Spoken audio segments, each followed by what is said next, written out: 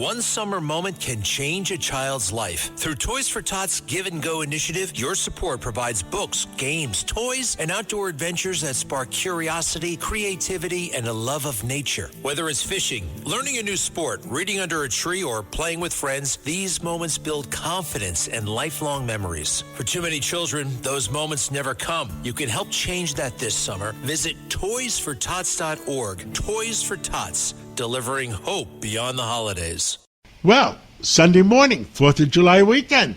With us today is Daniel Shaffer, founder of Gratitude Plus, and he's a passionate entrepreneur and engineer who loves designing and building products. He's an expert on Apple, besides, and a good friend of my son's, John Jr.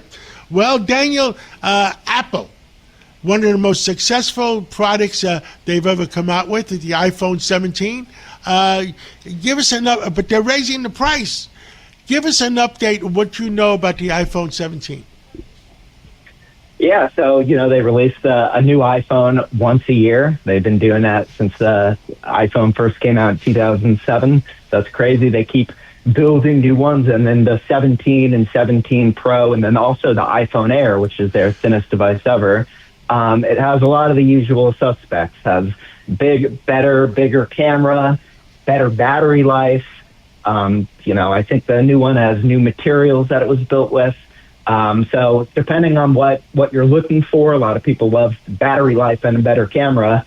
They're pretty appealing. And what Tim Cook said on the first call after it came out, which is now almost a year ago, because they introduced new ones in September, so we'll see the 18 in a couple months.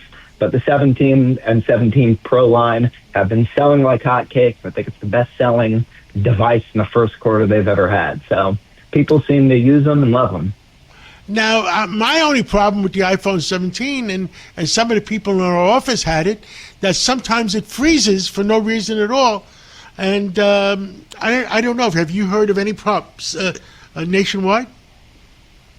I haven't seen anything big in terms of it freezing. I mean, very rarely is it a hardware issue where they have to do a recall. I definitely haven't heard anything about that. But with the 17, they released iOS 26. That's the software. So that usually causes a lot of the freezing problems that people might face. And that was a huge new design. There's definitely been reports that there were bugs, and it was a little more buggy and battery life issues than usual. But they've done a pretty good job at patching those. So I haven't heard anything widespread of it affecting people. Understood. Apple raised the prices because, I guess, the price of chips or whatever, and that's affected sales a little bit. And what do you want to say about that? So they haven't mentioned anything about it affecting sales, but I'm sure it will. They announced last week that they raised prices across most of their devices, Macs.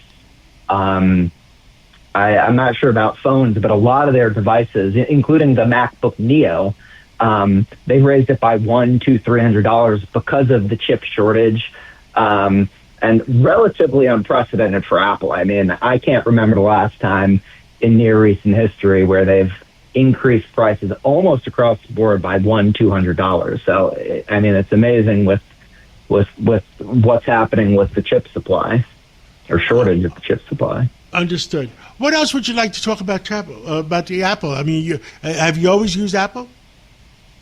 I've been an Apple fan for as long as I can remember. I mean, I got an iPod when it first came out in 2001, so I've been a fan, pretty obsessed with them for a long time, since the Steve Jobs era. And obviously, he came back in 1997, and I think had the most amazing business run from then till his unfortunate passing in 2011.